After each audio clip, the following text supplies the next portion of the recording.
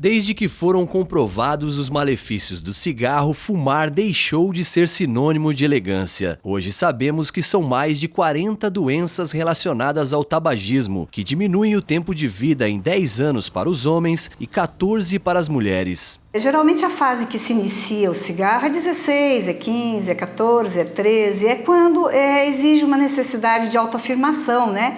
Então você é um tipo de uma muleta psicológica. O jovenzinho usa aquele cigarro assim, de repente para se impor um pouquinho no meio. Para se sentir incluído na turma, Tiago começou a fumar na escola aos 15 anos de idade. No início não comprava, mas com o passar do tempo já chegou a fumar 40 cigarros em um só dia. No começo eu não comprava cigarro, eu pedia cigarro para meus amigos e aos poucos eu fui fumando mais cigarros por dia. Até a hora que eu comecei a comprar maço, né? Aí eu comecei a fumar de maço e aí até hoje estou no vício, né? Acabei me tornando um viciado. Já faz quanto tempo? Já fazem 15 anos.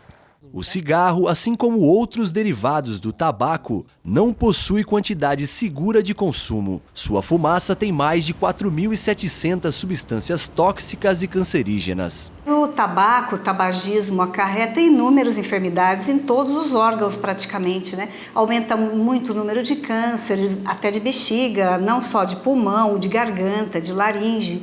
Então, traz inúmeros malefícios mesmo. Inclusive, Davi, existem algumas enfermidades que elas só são exclusivas mesmo de fumante. Hoje já não tenho mais o mesmo fôlego para correr, para praticar um esporte, né?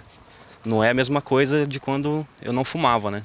O tabagismo é considerado pela Organização Mundial da Saúde como a principal causa de morte evitável em todo o mundo. Estima-se que 1/3 da população mundial adulta, cerca de 2 bilhões de pessoas, sejam fumantes. E segundo a OMS, o cigarro mata mais de 5 milhões de pessoas por ano no planeta. No Brasil, são cerca de 200 mil mortes associadas ao fumo. Pesquisas afirmam que 2 em cada 3 fumantes morrerão por causa do cigarro. Sempre depois do almoço eu tenho vontade de fumar. É um hábito, né? Às vezes de manhã o serviço estressa um pouco, a correria, e aí dá vontade de fumar. No Brasil, desde 1996, uma lei federal restringe o uso e a propaganda de produtos derivados de tabaco em locais coletivos, públicos ou privados. Com as novas leis de restrição ao tabaco, como está cada vez mais difícil você fumar em ambientes públicos, as pessoas também se incomodam com mais facilidade. Antigamente, se a pessoa fumava ou não no ambiente, era meio que problema dela. Hoje em dia, não. Se alguém acender um cigarro num ambiente público, alguém vai reclamar com aquela pessoa. O fumante passivo acaba tendo as mesmas complicações em termos respiratórios. É notório que crianças que crescem num lar onde as pessoas fumam, elas têm muito mais bronquite, muito mais rinite, muito mais asma brônquica, derivado exatamente daquele ambiente poluído que o cigarro traz. Tiago nos conta que já tentou parar de fumar algumas vezes, mas confessa que é sempre uma tarefa difícil negar um trago com os amigos. Já tentei parar de fumar algumas vezes e da última vez que eu tentei parar de fumar, inclusive eu fiquei 2 meses sem fumar. E aí vendo os colegas fumar, eu acabei dando um traguinho e aí eu voltei a fumar. É difícil porque é realmente uma dependência química. Então fumar não é só uma questão de hábito, nem de força de vontade, nem estilo de vida. Existe uma dependência química e uma dependência psicológica associada ao hábito. Então, algumas pessoas só vão conseguir realmente parar de fumar fazendo um tratamento especializado. E às vezes, em um dia sem fumar, ele já sente uma respiração um pouco melhor. Uma semana ele vai sentindo outras coisas e realmente ele passa a se alimentar melhor. E as pessoas às vezes se queixam de que elas engordam quando param de fumar. Na verdade, elas não engordam, apenas os nutrientes são mais bem absorvidos, porque você não tem mais aquela toxina.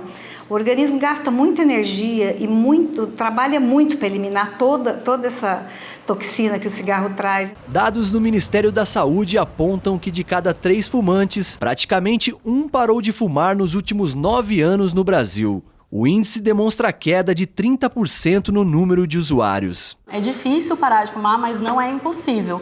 Hoje existem recursos, né, médicos, tratamentos médicos, psicológicos, que vão desde medicamentos antidepressivos que são utilizados no combate ao tabagismo, até mesmo a reposição da própria nicotina e o acompanhamento psicológico para que a pessoa consiga, aos poucos, fazer essa mudança na rotina, que também é muito importante. Opções de tratamento para quem deseja parar de fumar não faltam, assim como informações sobre os malefícios do cigarro, mas a decisão de mudar de vida depende de cada um.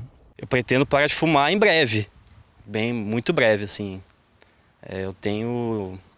semana que vem, talvez. Já dando essa entrevista aqui, eu já tenho a vontade de, sabendo os malefícios mais ainda, como você andou pesquisando e tal, e me falou, né? Eu realmente me sinto mais motivado para parar de fumar o mais breve possível.